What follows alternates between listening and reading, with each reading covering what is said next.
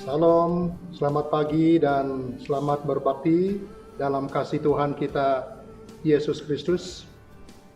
Pada pagi hari ini kita sangat bersyukur oleh karena kita dapat berkumpul bersama-sama untuk memuji dan menyembah Tuhan di dalam roh dan di dalam kebenaran.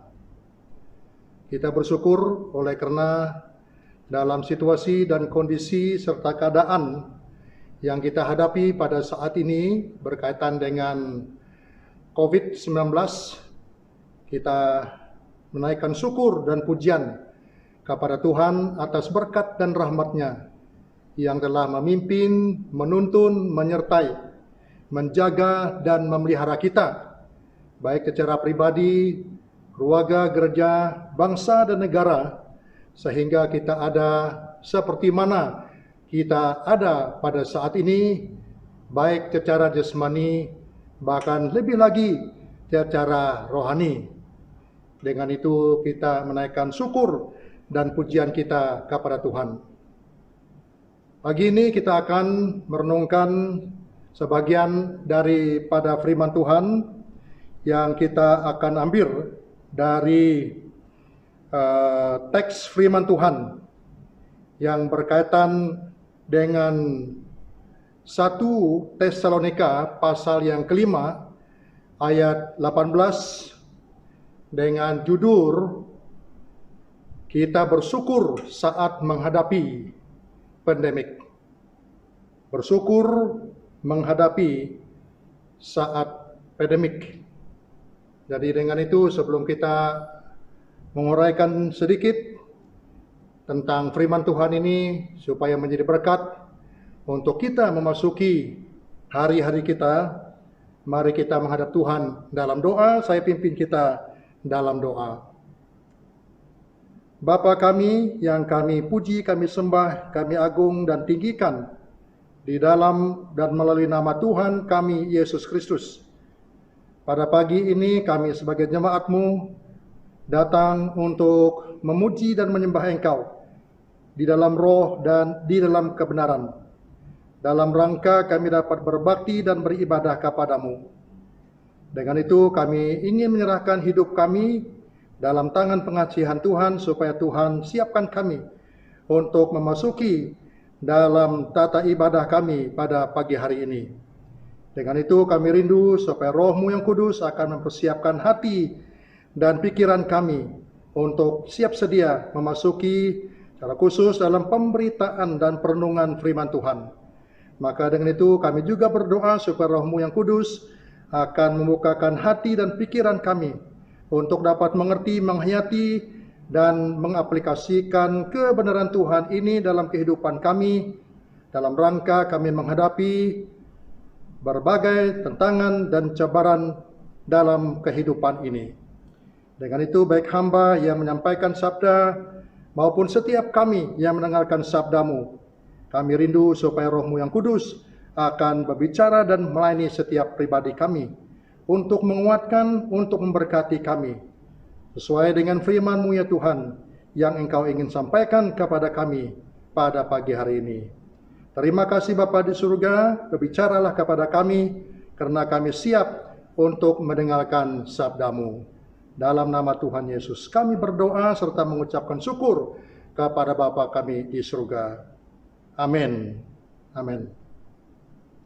Sedikit hal yang berkaitan dengan garis besar renungan kita pada pagi hari ini, yaitu kita akan baca satu ayat daripada firman Tuhan, dan sedikit sudah itu pendahuluan, dan kita akan masuk dalam 3 hal yang berkaitan dengan pandemik dalam Alkitab. Dan setelah itu kita akan melihat sedikit rasa kesyukuran saat menghadapi pandemik seperti ini, serta implikasinya bagi kita pada saat ini. Dan sudah itu nanti kita akan berdoa bersama, memohon dan meminta supaya Tuhan terus memberkati kita. Nah, mari kita membaca daripada 1 Tesalonika pasal yang kelima, ayat yang ke-18. Mengatakan mengucap syukur dalam segala hal. Sebab itulah yang dikehendaki Allah di dalam Yesus Kristus bagi kamu. Mengucap syukurlah dalam segala hal, sebab itulah yang dikehendaki Allah di dalam Kristus Yesus bagi kamu. Dan dalam bahasa Inggrisnya, give thanks in all circumstances, for this is God's will for you in Christ Jesus. Itu yang merupakan landasan kitab firman Tuhan yang akan kita telusuri bersama dengan tema bersyukur saat menghadapi pandemik.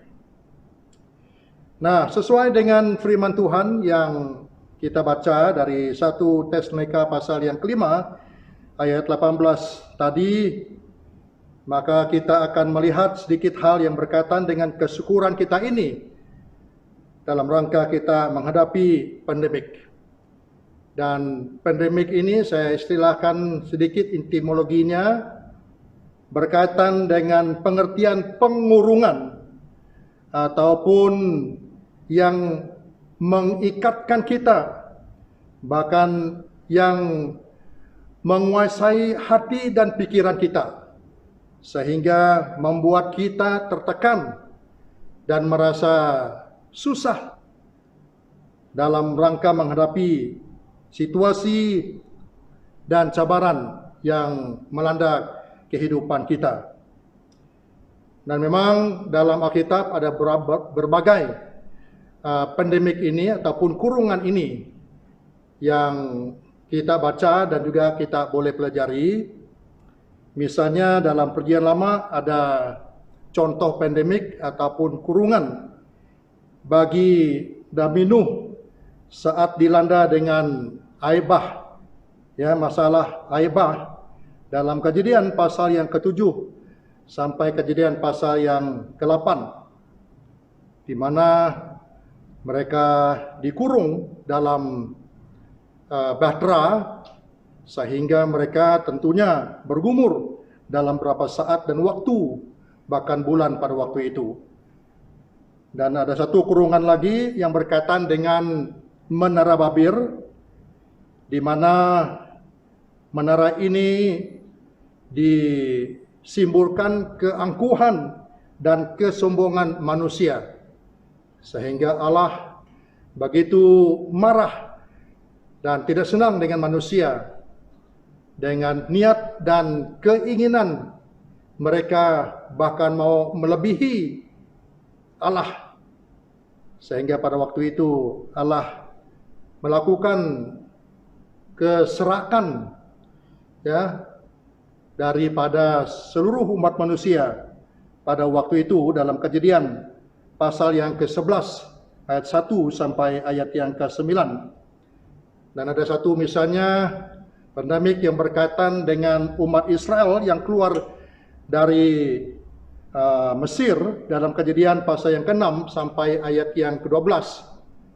Sehingga dalam pandemik ini, kurungan ini, masalah ini merupakan satu masalah yang begitu sulit sekali bagi umat Israel pada waktu itu untuk keluar daripada Mesir.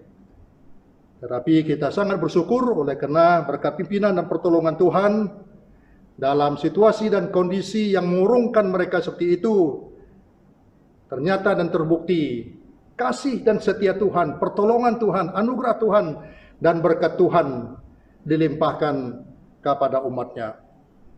Nah, pada pagi hari ini kita akan melihat 3 pandemik yang berkaitan dengan satu yaitu Yusuf, dan yang kedua ialah Ayub, dan yang ketiga adalah Rasul Paulus. Bagaimana kehidupan mereka terjepit dengan berbagai masalah dan pergumulan, sehingga rasanya bagi mereka perkara itu merupakan satu tantangan dan cabaran yang begitu hebat dalam kehidupan mereka. Jadi dengan itu kita ingin melihat 3 pribadi ini, dan nanti bagaimana kita dapat melihat ada kesyukuran, rasa kesyukuran dan memuji Tuhan saat mereka diperhadapkan dengan kurungan ini, dengan cabaran ini, sehingga itu juga memberikan sedikit implikasi dan relevansi bagi kita menghadapi pandemik C-19 yang kita hadapi pada saat ini. Nah, yang pertama berkaitan dengan pandemik dalam Perjanjian Lama, khususnya Yusuf.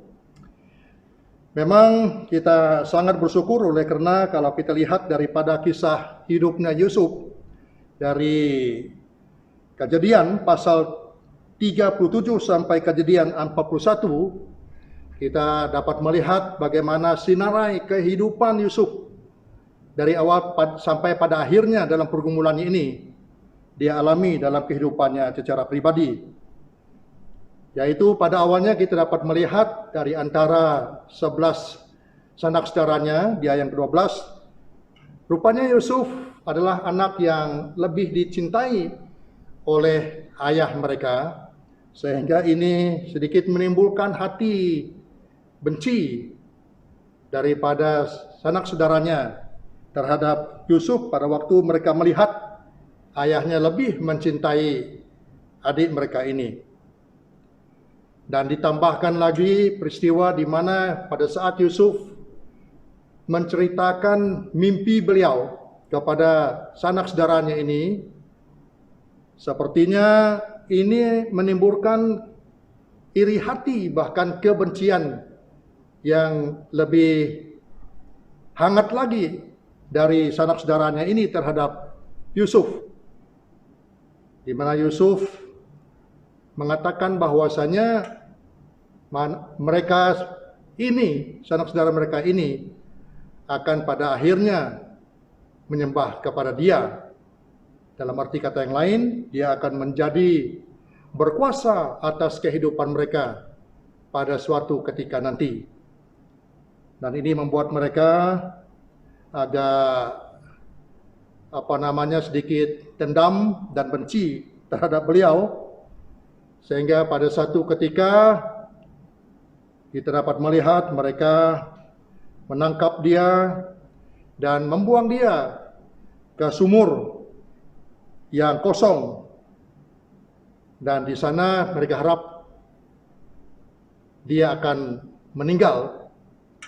Tetapi kita dapat melihat di mana ada campur tangan Tuhan dalam kehidupan beliau, sehingga pada waktu ada orang saudagar yang melewati tempat itu, mereka mengangkutkan dia dan menjualkan dia kepada orang Ismail dengan harga 20 sikal perak, supaya dia tidak matilah di dalam sumur itu. Jadi begitulah mereka sepertinya begitu membenci beliau, sehingga menangkap, membuangkan dia di sumur, dan pada akhirnya juarkan dia kepada orang Ismail. Nah, dalam perjalanan seterusnya kita dapat melihat di mana orang Ismail ini pada waktu pergi ke Mesir, mereka menjualkan Yusuf kepada pegawai istana raja di Mesir, yaitu Potifar, dan sehingga Potifar membeli dia dan menjadikan beliau untuk membantu pengurusan istana raja pada waktu itu. Nah, Yusuf merupakan seorang yang punya wajah dan bentuk yang elok, yang bagus, yang baik, yang menarik, sehingga istrinya Firaun begitu tertarik terhadap Yusuf, sehingga bercoba untuk mengodakan beliau supaya ya tidur bersama dia. Tetapi kita sangat bersyukur oleh karena Yusuf merupakan seorang yang takut akan Tuhan, menolak akan godaan ini dan melarikan diri daripada godaan ini. Tetapi tidak sampai selesai ya cerita itu di sana.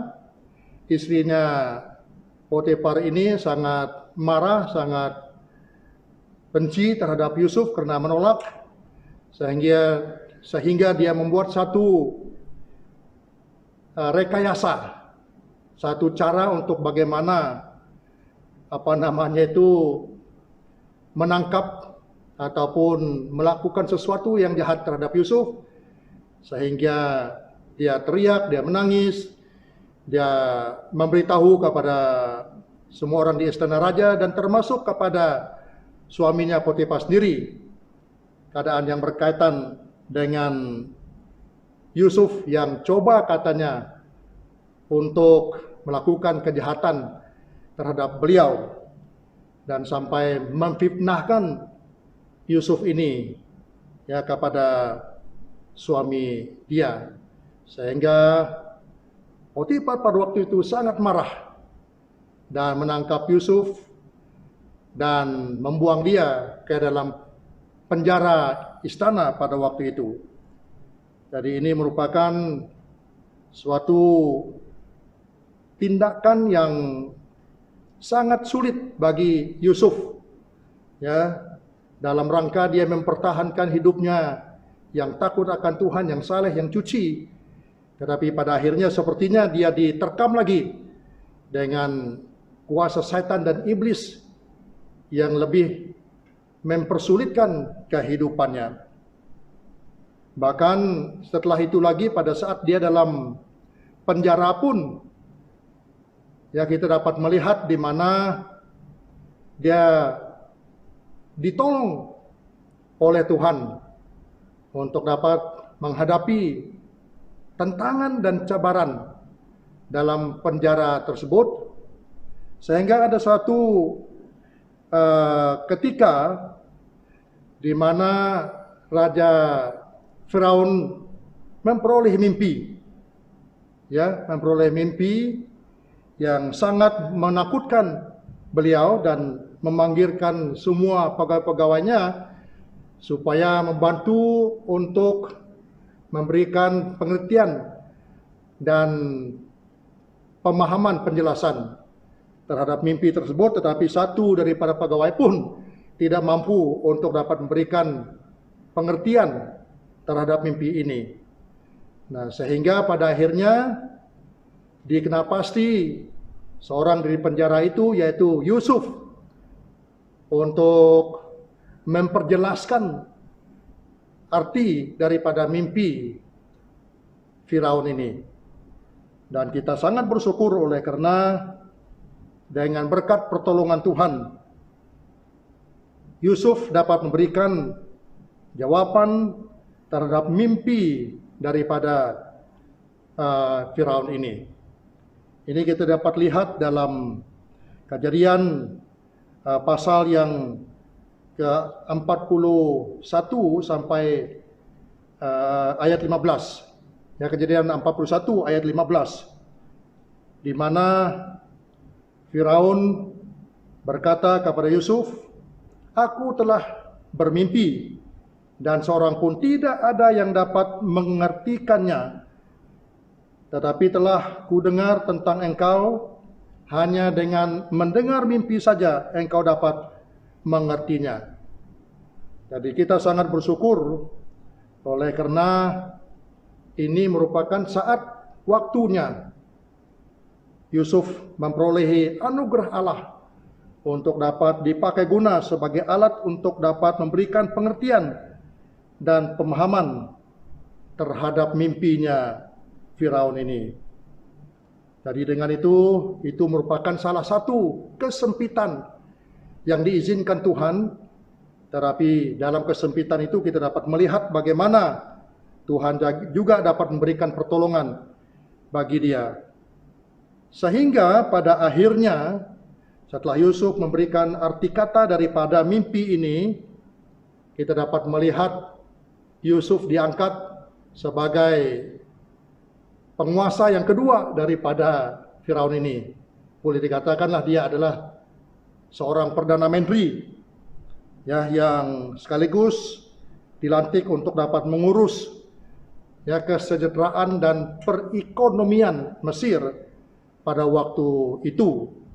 Jadi dengan itu kita sangat bersyukur untuk pertolongan Tuhan dalam kesempitan, kesulitan, dan pergumulan dihadapi oleh Yusuf. Jadi itu yang pertama, di mana ada sedikit contoh yang dapat kita lihat di mana Yusuf ibarat dalam suatu keadaan pandemik, kesulitan, pergumulan yang sangat berat. Yang kedua yaitu Ayub, di mana dalam keadaan Ayub sebelum pandemik ataupun pencobaan yang diizinkan Allah, ya, supaya iblis melakukan pencobaan terhadap Ayub, ini merupakan salah satu daripada peristiwa yang agak menyulitkan kalau kita tidak mengerti latar belakang bagaimana Tuhan mengizinkan iblis yang melakukan kesulitan, penganiayaan, dan penderitaan kepada Ayub. Memang kalau kita lihat dalam keadaan Ayub sebelum Allah mengizinkan iblis mencobai beliau, kita dapat melihat Ayub adalah seorang yang hidup dalam kesalehan dan dalam kejujuran, dalam berkelimpahan harta. Bahkan hartanya kita dapat melihat ada 7.000 kambing domba, 3.000 unta, 500 pasang lembu, 500 keledai betina, dan banyak budak-budak. Dan beliau merupakan seorang yang paling kaya di kawasan timur waktu itu. Ini kita dapat lihat dalam Ayub pasal yang pertama ayat 3, pasal 42 ayat 12. Tetapi kalau kita lihat keadaan Ayub saat pandemik ataupun pencobaan yang dilakukan oleh iblis kepada beliau, ini sangat mengerikan, ya, sangat menderita sekali.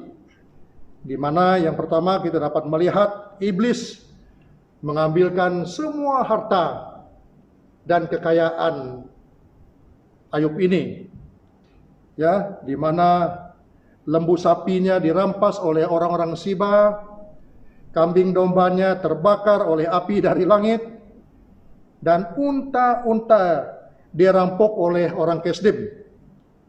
Dan kita juga melihat sayang sekali anak-anak Ayub mati ditimpa oleh angin ribut.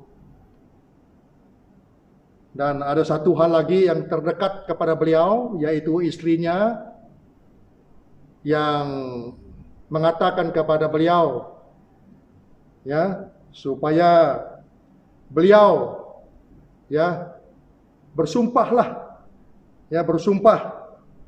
supaya dia mati, ya. Dalam arti kata yang lain,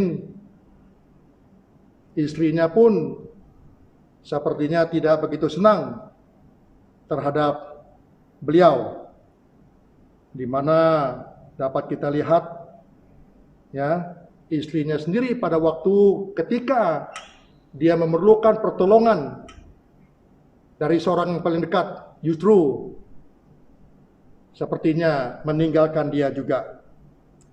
Jadi di sana kita dapat melihat sepertinya 7 orang anak laki-laki dan 3 orang anak perempuannya itu meninggal. Dan kita dapat melihat di mana istrinya tadi menyuruh Ayub menghujat Allah, dan matilah saja, kata beliau, yaitu dalam Ayub pasal yang kedua ayat yang ke-9. Dan yang paling dasar daripada sinarai pergumulan yang dihadapi oleh Ayub ini ialah berkaitan dengan kesehatan beliau, di mana ada barah yang busuk dari telapak kakinya sampai ke batu kepalanya. Seluruh tubuhnya penuh dengan luka. Ini kita dapat lihat dalam Ayub 1 ayat 6 sampai pasal 3 sampai ayat 36. Jadi ini merupakan satu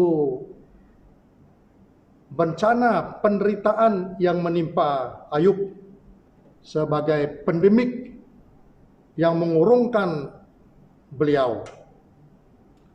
Bahkan selain daripada itu, kita dapat juga lihat dalam Ayub pasal yang keempat sampai Ayub pasal yang ke-37, ada 3 sahabatnya yang datang untuk mengunjungi dia, untuk berusaha menghiburkan dia, tetapi toh rupanya daripada menghibur, mereka menuduh Ayub ini sebagai mungkin seorang yang berdosa terhadap Allah, sehingga beliau ditimpa dengan wabah tersebut ataupun bara tersebut. Hanya satu orang muda yang bernama Elihu memperingatkan mereka semua termasuk Ayub bahwa Tuhan adalah Maha Besar dan Maha Penguasa, Maha Kasih, yang punya maksud yang baik dalam penderitaan orang beriman. Kalau kita lihat dalam Ayub pasal yang ke-9 ayat 33, di mana only God has the power to be a blessing and to bless us in times when we are facing much trials and problems and difficulties of our life. Dan setelah daripada itu, kita sangat bersyukur oleh karena pada akhirnya kita dapat melihat Allah datang dan memberikan sapaan dan penjelasan serta jawaban kepada Ayub. Dan pada akhirnya kita dapat melihat Ayub begitu dihiburkan dan dikuatkan dalam kehidupan beliau. Jadi itu sedikit Bapak Ibu bagaimana sinarai kehidupan Ayub dilanda dengan pandemik ini, kurungan ini, sakit penyakit ini sangat tertekan dan menekankan sekali. Nah, yang ketiga, pandemik yang ketiga, kurungan yang ketiga yang dialami adalah seorang yang dinamakan Rasul Paulus. Dan kalau kita lihat dalam 2 Korintus pasal yang ke-11, mulai daripada ayat 23 sampai ayat yang ke-33, di sini kita dapat melihat mungkin 20 lebih items ataupun senarai pergumulan, tentangan, cabaran yang dihadapi oleh Rasul Paulus. Dan saya boleh katakan penderitaan, pergumulan, cabaran yang beliau hadapi ini boleh justru menjadi pengalaman kita sebagai anak Tuhan dan pelayan Tuhan dan hamba Tuhan. Dan kita berdoa supaya masalah pergumulan seperti ini juga diberikan pertolongan Tuhan kepada kita, supaya tidak menjadi pandemik yang menghancurkan hidup kita, tetapi selebihnya, sebaliknya, dapat mengangkat dan menguatkan kita dan menjadi berkat dalam kehidupan kita. Nah, kalau kita lihat dari 2 Korintus pasal yang ke-11 ini, kita dapat melihat bagaimana Paulus mengatakan dalam konteks pelayanan beliau, di mana beliau banyak betul berjerih lelah, dibandingkan dengan para hamba Tuhan yang lain. Banyak waktu, banyak masa, banyak tenaga, bahkan dana yang digunakan pakai untuk turut serta dalam pekerjaan dan pelayanan Tuhan. Dan yang kedua, beliau mengatakan dia juga sering dimasuk keluar dalam penjara oleh karena kesaksian beliau, penderitaan beliau, pemberitaan beliau, pengajaran beliau tentang Yesus Kristus dan keselamatan, sehingga tidak disenangi oleh pihak tertentu dan beliau dimasukkan dalam penjara.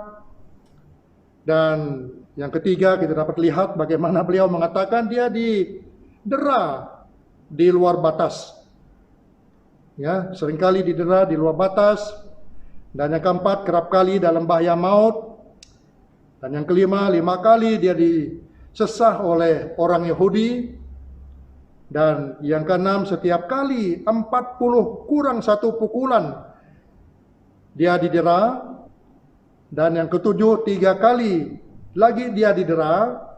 Dan yang ke-8, 1 kali dia dilimpari dengan batu. Dan yang ke-9, 3 kali mengalami karam kapar. Wah, ini sangat sulit sekali, bergumul sekali ya menghadapi tantangan dan cabaran seperti ini. Bahkan yang ke-10 beliau mengatakan, sehari semalam aku terkatong-katong di tengah laut. Ini kita dapat lihat ya, Paulus ada 3 kali berlayar dalam perjalanan misi beliau, dan di laut pun dia terkatong-katong di tengah laut sampai karam sekalipun. Nah, di dalam perjalanannya dia sering diancam bahaya banjir, bahaya penyamun, dan bahaya daripada pihak orang-orang Yahudi dan dari pihak orang-orang bukan Yahudi juga. Ada bahaya di kota, bahaya di padang gurun, bahaya di tengah laut, dan bahaya dari pihak saudara-saudara persu. Nah, ini merupakan tantangan dan cabaran yang beliau hadapi dalam rangka turut serta dalam pelayanan Tuhan. Yang ke-12, banyak berjerih lelah dan bekerja berat. 13, kerap kali tidak tidur, lapar dan dahaga dalam rangka melaksanakan panggilan dan pelayanan Tuhan. Dan 14, kerap kali berpuasa, kedinginan, dan sampai tanpa pakaian sekalipun beliau alami dalam pelayanan beliau. Dan yang ke-15, urusan sehari-hari untuk memelihara semua jemaat-jemaat yang dia layani dan gembalakan pada waktu itu. Dan sampai dia katakan, jika ada orang merasa lemah, tidakkah aku turut merasa lemah? Walaupun sebagai seorang hamba Tuhan yang begitu luar biasa dalam pelayanan beliau, beliau juga mengakui dia adalah seorang yang biasa seperti kita, yang tidak mampu dan tidak berdaya berdasarkan kekuatan manusia semata, tidak lebih dari siapa-siapapun. Jadi dia katakan, kalau kamu lemah, saya pun lemah. Kalau ada orang tersandung, tidakkah hatiku hancur oleh duka cita? Dari 18 dikatakan, jika aku harus bermegah, maka aku akan bermegah atas kelemahanku. Aku lemah, tetapi dalam kelemahanku itu aku bangga.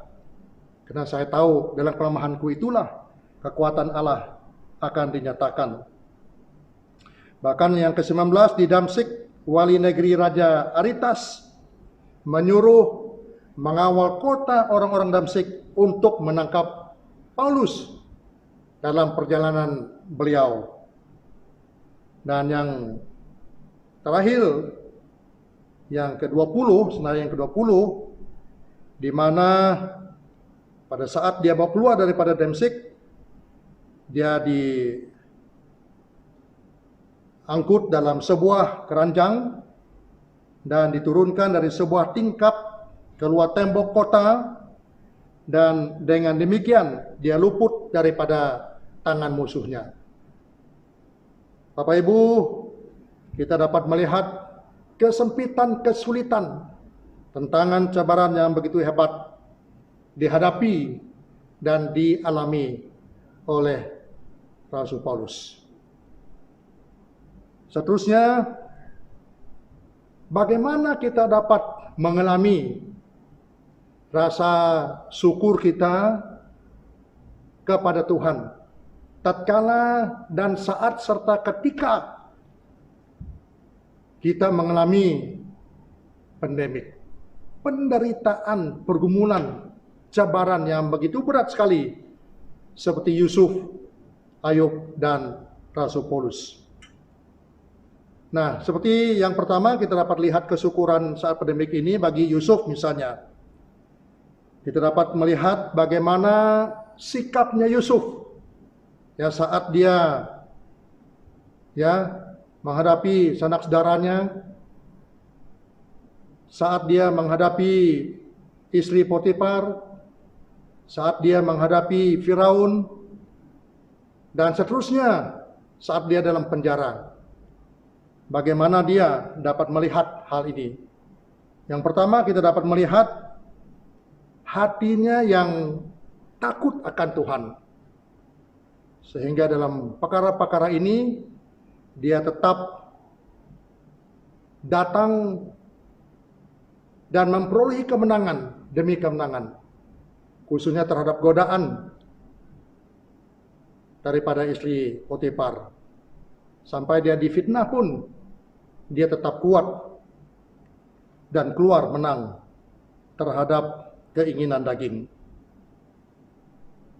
Dan yang kedua, terhadap sanak saudaranya yang membenci dia, yang marah dengan dia, dia tetap memiliki hati yang penuh kasih dan pengampunan kepada mereka. Dan tidak pernah dia melawan mereka. Dan kita juga melihat yang ketiga, di mana beliau tetap bersyukur dan tetap bertanggung jawab terhadap kepercayaan yang diberikan kepada beliau. Baik pada saat waktu dia di penjara, pada saat waktu dia di istana raja, dia tetap memiliki hati yang rela, yang suka, yang senang untuk bertanggung jawab terhadap kepercayaan yang diberikan kepada beliau. Dan tentunya memang anugerah Allah juga yang menolong beliau untuk dapat turut serta bertanggung jawab terhadap kepercayaan yang diberikan kepada beliau. Dan yang terakhir kita dapat melihat bagaimana setelah semua perkara ini terjadi, sampai pada satu ketika kelaparan ini melanda Israel pada waktu itu, mereka datang ke Mesir dan bertemu dengan Yusuf. Dan kita dapat melihat di dalam Kejadian pasal yang ke-45 ayat 4 sampai 5, Yusuf memiliki hati yang penuh kesyukuran atas pemberian Tuhan bagi dia dan juga bagi saudara-saudaranya. Di mana Yusuf mengatakan kepada para saudaranya, janganlah bersusah hati dan janganlah menyesali diri, karena kamu menjual aku ke sini, sebab untuk memelihara kehidupanlah Allah menyuruh aku mendahului kamu.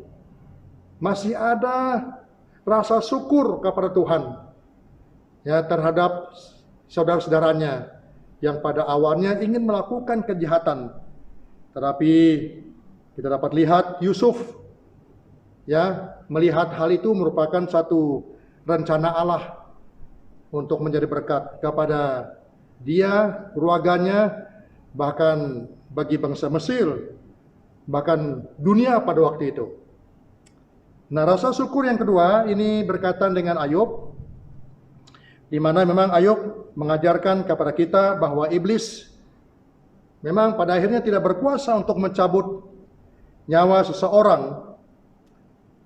Dan di sana kita dapat melihat juga Allah mengizinkan kita untuk mengalami penderitaan, tentunya dengan tujuan untuk membentuk dan menunjukkan kemahakuasaan Allah untuk memperkuatkan dan memperkokohkan iman kita taat tatkala kita menghadapi kesulitan dalam kehidupan kita.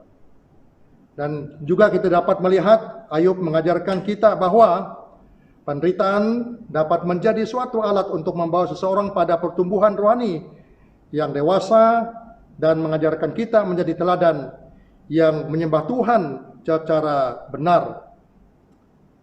Dan dalam saat waktu Ayub melihat harta bendanya, kekayaannya, keluarganya, dan hampir seluruh pengandalannya hilang, pada akhirnya dia katakan dalam Ayub 1, di mana dikatakan, dengan telanjang aku keluar dari kandungan ibuku, dan dengan telanjang juga aku akan kembali ke dalamnya. Tuhan yang memberi dan Tuhan yang mengambil. Terpujilah nama Tuhan. Ada kesyukuran dan ada pujian kepada Tuhan tatkala diperhadapkan dengan berbagai tantangan dan cabaran.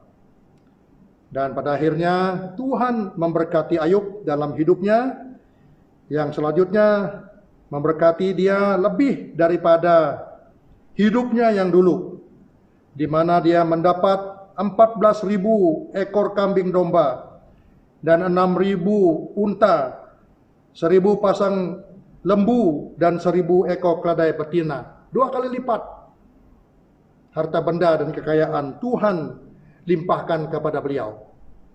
Ya, kesyukuran walaupun dan kendati pun di tengah-tengah pandemik sekali.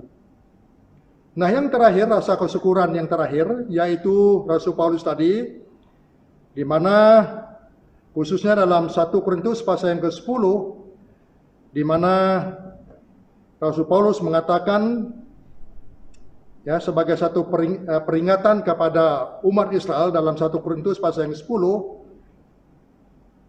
beliau mengatakan pencobaan-pencobaan yang kamu alami ialah pencobaan-pencobaan biasa yang tidak melebihi kekuatan manusia, sebab Allah setia dan karena itu Ia tidak akan membiarkan kamu dicobai melampaui kekuatanmu. Pada waktu kamu dicobai, Ia akan memberikan kepadamu jalan keluar sehingga kamu dapat menanggungnya. Sayang sekali pada waktu itu umat Israel tidak begitu mengandalkan Tuhan dan menantikan pertolongan Tuhan. Tetapi di sini kita dapat melihat satu jalan keluar yang diberikan oleh Rasul Paulus. Seandainya pada waktu itu umat Israel tetap bersyukur kepada Tuhan dan menantikan pertolongan Tuhan.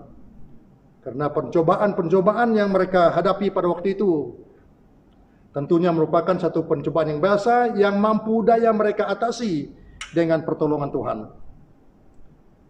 Dan kalau kita lihat dalam 2 Korintus pasal yang ke-6 ayat 10, rasa syukur Paulus katakan sebagai orang berduka cita namun senantiasa bersukacita, sebagai orang miskin namun memperkaya banyak orang, sebagai orang tak bermilik sekalipun kami memiliki segala sesuatu. Rasa syukur di tengah-tengah kekurangan, rasa syukur di tengah-tengah kemiskinan sekalipun, dan rasa syukur menghadapi berbagai tantangan dan cabaran kehidupannya. Percaya yakin Tuhan akan tolong dan Tuhan akan berkati beliau. Dan juga dalam 1 Petrus pasal yang keempat ayat 12 sampai 16, Rasul Paulus mengatakan, saudara-saudara yang kekasih, janganlah kamu heran akan nyala api siksaan yang datang kepadamu sebagai ujian, seolah-olah ada sesuatu yang luar biasa terjadi atas kamu. Sebaliknya, bersukacitalah sesuai dengan bagian yang kamu dapat dalam penderitaan Kristus, supaya kamu juga boleh bergembira dan bersukacita pada waktu Ia menyatakan kemuliaannya. Dan berbahagialah kamu jika kamu dinista karena nama Kristus, sebab roh kemuliaan, yaitu roh Allah, ada padamu. Janganlah ada di antara kamu yang harus menderita sebagai pembunuh, ataupun pencuri, ataupun penjahat, ataupun pengacau. Tetapi jika ia menderita sebagai orang Kristen, maka janganlah ia malu, melainkan hendaklah ia memuliakan Allah dalam nama Kristus Yesus. Itu rasa syukurnya dan pujiannya Paulus kepada Tuhan tatkala dia diperhadapkan dengan berbagai tentangan dan cabaran kehidupannya. Nah, yang terakhir ini implikasinya bagi kita menghadapi pandemik C-19 ataupun pergumulan, kurungan, tentangan dan cabaran kehidupan kita pada saat ini, di mana yang pertama kita dapat seperti Yusuf, walaupun dibenci oleh sanak saudaranya, dijual dan dipenjara, digoda, difitnah, kita bersyukur oleh karena beliau tetap memuji Tuhan. Dan yang kedua seperti Ayub yang walaupun musnah hartanya, ya, ditinggalkan oleh keluarganya, dipanggil oleh Allah keluarganya, terganggu kesehatannya, disalah mengerti oleh sahabat-sahabatnya, tapi dia pun tetap bersyukur kepada Tuhan. Dan juga seperti Rasul Paulus yang walaupun sangat berhasil dalam pelayanannya, tetapi di tengah-tengah pelayanan beliau, dia mengalami banyak sekali penderitaan, penganiayaan, bahkan penjara sekalipun. Tetapi beliau ini adalah seorang hamba Tuhan yang tetap bersukacita dan memuji Tuhan dalam kehidupannya. Bahkan sampai akhir hidupnya pun dia tetap bersyukur kepada Tuhan. Bahkan di mana dalam Filipi pasal yang pertama ayat 21 beliau mengatakan, karena bagiku hidup adalah Kristus dan mati adalah keuntungan. For me to live is Christ and to die is gain. Kesyukuran Paulus menghadapi cabaran seperti dia hadapi dalam pelayanan.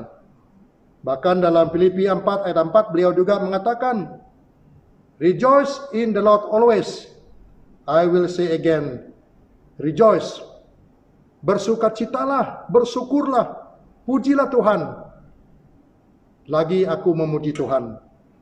Tatkala diperhadapkan dengan berbagai tantangan dan pergumulan. Kalau kita lihat dalam Habakuk pasal yang ketiga ayat 17 sampai 19, di sini ia mengatakan di tengah-tengah cabaran yang begitu berat, sekalipun pohon ara tidak berbunga, pohon anggur tidak berbuah, hasil pohon zaitun mengecewakan, sekalipun ladang tidak menghasilkan bahan makanan, kambing domba terhalau dari kurungan, dan tidak ada lembu sapi dalam kandang, namun aku akan bersorak-sorak di dalam Tuhan. Bereria di dalam Allah yang menyelamatkan aku. Allah Tuhanku itu kekuatanku. Ia membuat kakiku seperti kaki rusa.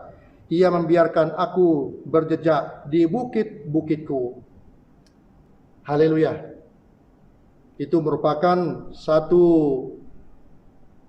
kunci ayat firman Tuhan yang dapat meneguhkan iman dan kepercayaan kita dalam kita diperhadapkan dengan berbagai tantangan dan cabaran kehidupan ini.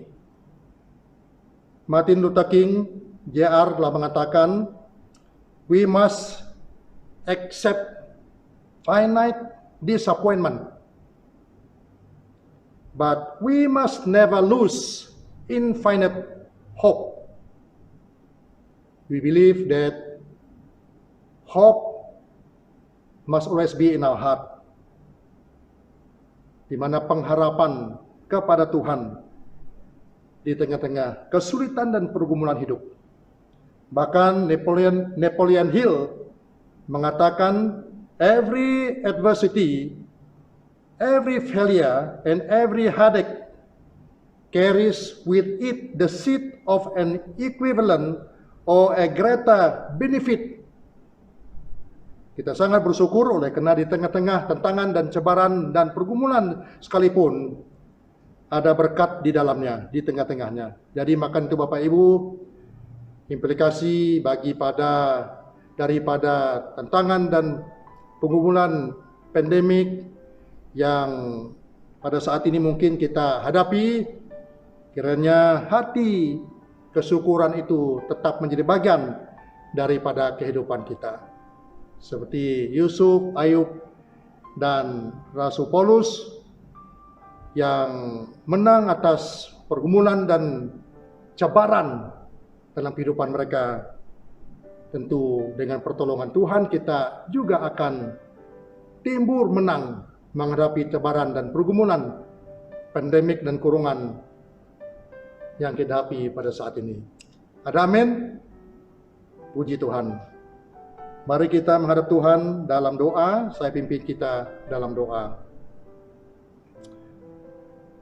Bapa di surga, pada pagi hari ini sekali lagi kami sebagai jemaat-Mu menghadap Engkau untuk memuji dan menyembah Engkau, memuliakan dan mengagungkan Engkau atas rahmat dan berkat-Mu yang sungguh biasa yang dapat kami alami dan hayati dalam kehidupan pribadi.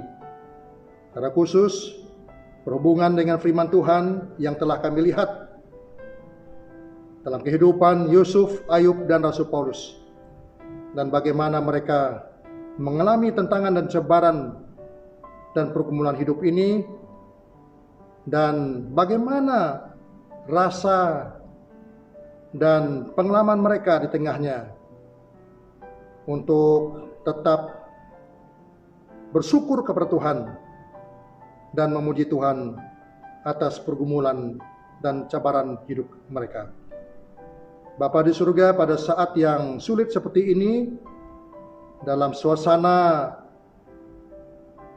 bergumur terhadap krisis COVID-19 dalam hampir 3 bulan ini, kami berdoa supaya dengan cara Tuhan, masa dan waktu Tuhan juga kami dapat mengalami rasa syukur dan pujian kami terhadap pemeliharaan dan pertolongan dan kemenangan yang Tuhan berikan kepada kami dalam rangka kami menghadapi pandemik ini. Tuhan tolong, Tuhan berkati kami. Kiranya firman Tuhan yang telah kami baca dan dengarkan bersama menjadi satu kekuatan untuk meneguhkan iman dan kepercayaan kami dalam meneruskan kehidupan kami pada krisis COVID-19 ini. Kami berdoa untuk setiap jemaat yang ada supaya Tuhan terus melindungi, menjaga, memelihara kami supaya kami tetap kuat dan ditolong oleh Tuhan dalam menghadapi tantangan dan cabaran yang Tuhan izinkan dalam kehidupan kami pada saat ini.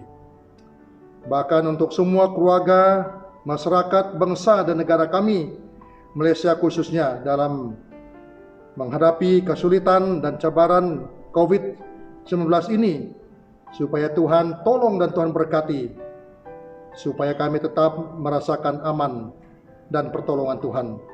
Bahkan berdoa untuk seluruh bangsa dunia pada saat ini yang dilanda oleh COVID-19 ini, supaya pelindungan dan pertolongan Tuhan dan keselamatan daripada Tuhan menjadi bagian daripada kehidupan kami.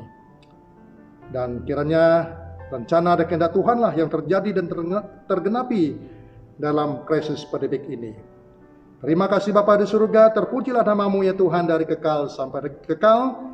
Inilah doa dan sembahyang kami yang kami naikkan kepadamu hanya di dalam dan melalui nama Tuhan kami Yesus Kristus.